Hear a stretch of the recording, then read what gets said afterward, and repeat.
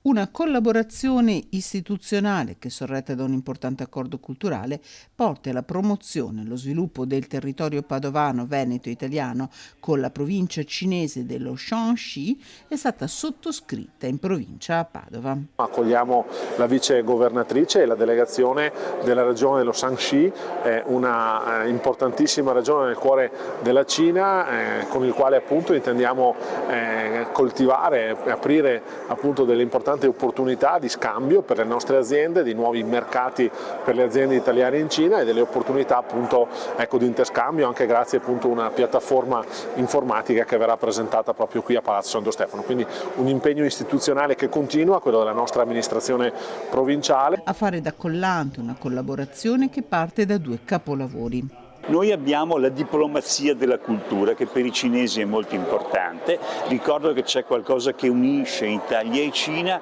siamo i due paesi al mondo con il maggior numero di siti UNESCO, noi siamo primi, la Cina è seconda e non è un caso che questo accordo di collaborazione poggi proprio sulla necessità di un interscambio tra le due realtà, la realtà cinese e la realtà italiana, sulla cappella degli Scrovegni e sulla tomba di Zhangxian, che è un sito UNESCO a Handong. Come dire, è importante tessere una relazione che veda al centro le politiche della cultura che gettano ponti tra realtà diverse, complesse e plurali. Un legame che si punta a rafforzare dopo l'interruzione dovuta alla pandemia da Covid. Noi siamo un'associazione culturale, il Filo di Seta, perché operiamo da tanti anni nel territorio padovano con Comune di Padova, anche con la provincia, anche con la regione. Quindi noi cerchiamo di sviluppare ancora più opportunità per